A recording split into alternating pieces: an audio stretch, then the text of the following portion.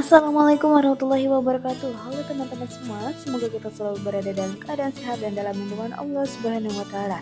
Pada video kali ini saya akan menyampaikan materi dengan topik konsep fitrah dalam filsafat pendidikan Islam, mulai dari pengertian fitrah, pandangan filsafat pendidikan Islam tentang fitrah, peran pendidik hingga contoh penerapannya dalam kehidupan sehari-hari. Teman-teman, secara bahasa kata fitrah berasal dari kata fataro yang berarti mencipta atau keadaan awal.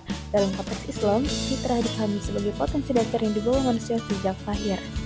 Rasulullah Shallallahu Alaihi Wasallam bersabda bahwa setiap anak dilahirkan dalam keadaan fitrah dan kedua orang tuanya lah yang menjadikannya Yahudi, Nasrani atau Majusi. Hadis ini menunjukkan bahwa setiap manusia sejak lahir memiliki kecenderungan kepada kebaikan dan tauhid, namun lingkungan sangat berpengaruh dalam membentuk kepribadiannya.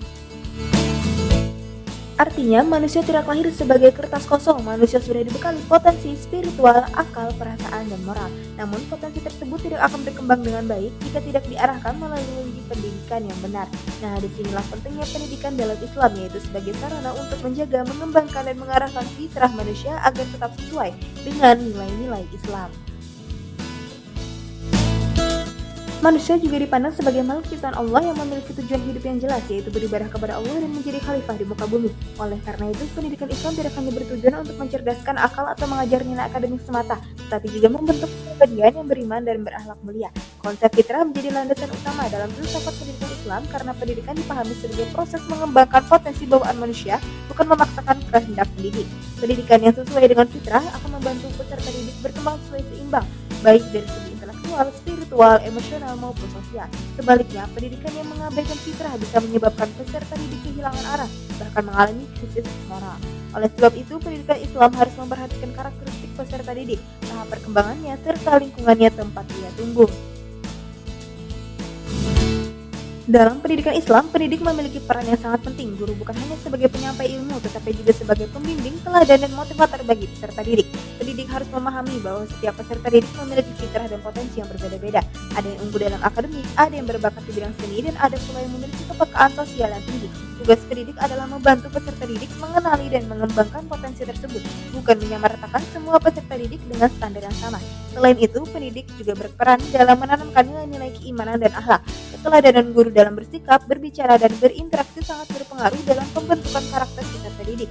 Jika pendidik mampu menjalankan perannya dengan baik, maka fitrah peserta didik akan berkembang secara optimal. Berikut adalah penerapan konsep fitrah dalam kehidupan sehari-hari.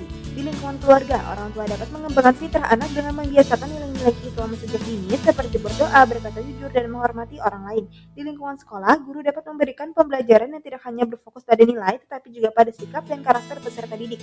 Misalnya dengan menanamkan kejujuran saat ujian dan kerjasama dalam kegiatan kelompok.